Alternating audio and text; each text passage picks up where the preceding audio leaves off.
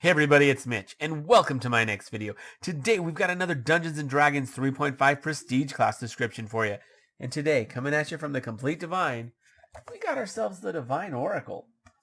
So we're going to be talking about what is the Divine Oracle. We're going to be talking about what you get, how you go about becoming a Divine Oracle.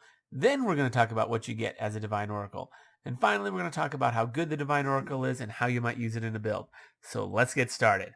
All right, so first off, what is the Divine Oracle? Well, the Divine Oracle is somebody who the deities speak to more so than others. Well, it's not really so much that is they can hear the deities speaking, their deity speaking to them better than others can. Because not everyone can hear their deity speaking to them, really. The deity speaks, but maybe they don't hear, you know? But the Divine Oracle does. Some people think they're crazy. Some people think their predictions are never true. But they certainly have a way about them. So yeah, that's kind of the Divine Oracle. They're a specialist in divination and a caster. Can actually even be an arcane caster. So yeah, that's what they are. Let's talk about how you go about getting in. Fairly simple too, actually. You need knowledge, religion, 8 ranks. Fairly basic. You need feats. You need skill, focus, knowledge, religion. Okay, not that hard. And finally, you need spells. You need to be able to cast at least 2 divination spells. Okay, that's not hard at all. Really, really easy to get in. The feat's a little bit of something. It's not the greatest feat in the world, but that's really the only real requirement. Other than that, it's pretty easy. So let's talk about what they get. So first off, they get a D6 hit dice, decent, bad base attack, bad fort and reflex, but a good will save, so that's all right. They get 2+ int for skills. Their skill list is actually decent. They do get both knowledge arcana and knowledge religion, which is nice. So that's very useful whether you're going in as an arcane caster or as a cleric. They don't get knowledge religion though, which kind of sucks. Not religion. They don't get knowledge nature. So it is kind of not great for druids for that. Let's see. They get no weapon or armor proficiency, but they do get spells. Every level they can advance one of their casting classes. So that's pretty cool. They get the Oracle domain, so just that's a bonus. They get the Oracle domain. If they're a cleric, they just add that to their domain list. If they're not a cleric, then they get it. It works kind of funny, but they still do get the grounded power, and they still do have access to the spells. Depending on how that class works, can be a little bit funny. Might do a video on that at some point. They get a scry bonus, so they get a +1 sacred bonus whenever they cast a scrying spell. They get precedent self. Hopefully I'm pronouncing that right. I looked it up a little bit ago, but I might have forgotten. Anyways, it's like evasion, but it works with heavy armor. Very nice. Really, really good. Same with medium armor. I know, I mean, if it works with heavy, it's going to work with medium, but evasion doesn't work with either. So yeah, awesome.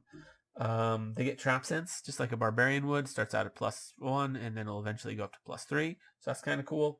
They get, divination enchantment, or enhancement.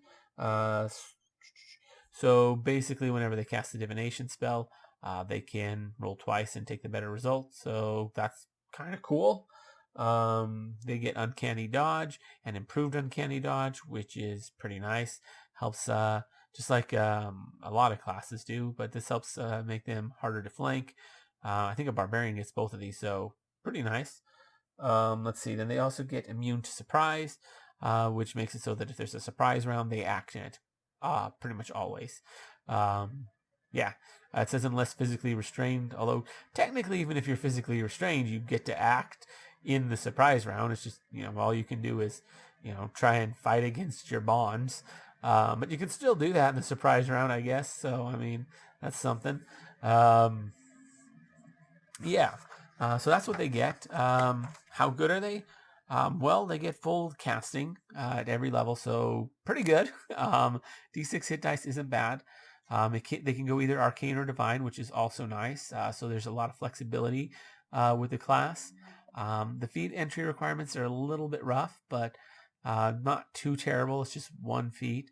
It's just not a particularly good feat. The skills aren't too bad. The spell casting requirements, nothing. If you're going this route, you're pretty much going to want that anyways. The abilities you get aren't bad, especially Precedent Self. That's actually super, super nice. It's evasion, but better because it works with light and medium armor. And evasion is one of the best abilities in the game. So this is top notch right there. You can get a ring of evasion, but it's questionable whether that would work with heavy armor or medium armor or not. This definitely does. One of the big questions though is, does this count as evasion for the purposes of qualifying for other class features? I'd argue, yeah, probably, but that again is a DM call. Let's see. They get some cool things like trap sense is decent. Some bonuses to divination aren't bad. Uncanny dodge and improved uncanny dodge are nice. Help avoid getting flanked, which really makes them hard to get sneak attacked. Although the sneak attack part only works, if what was it? The attacker has at least, so you have to be within 4 levels of their rogue level.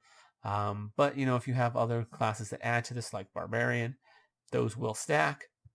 So that's something. The fact that you're a few levels behind is going to be a bit of an issue.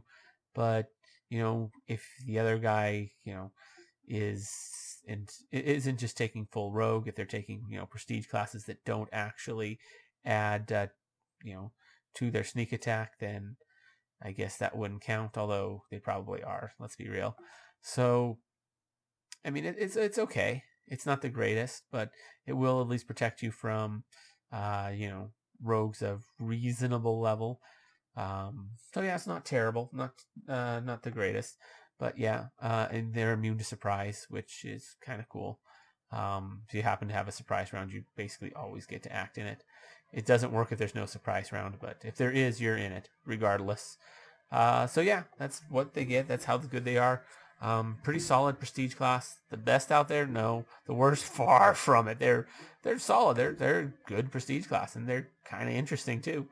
So that's the Divine Oracle for you. Let me know what you guys think down in the comments below. I always love hearing from you. If you enjoyed the video, consider giving it a like. Maybe subscribe to the channel for more D&D 3.5 content, because I do one of these on every single class, race, and prestige class in Dungeons & Dragons 3.5. So ring that notification bell so you never miss out on a video. Anyways, as always, I'm Mitch, and I'll be seeing you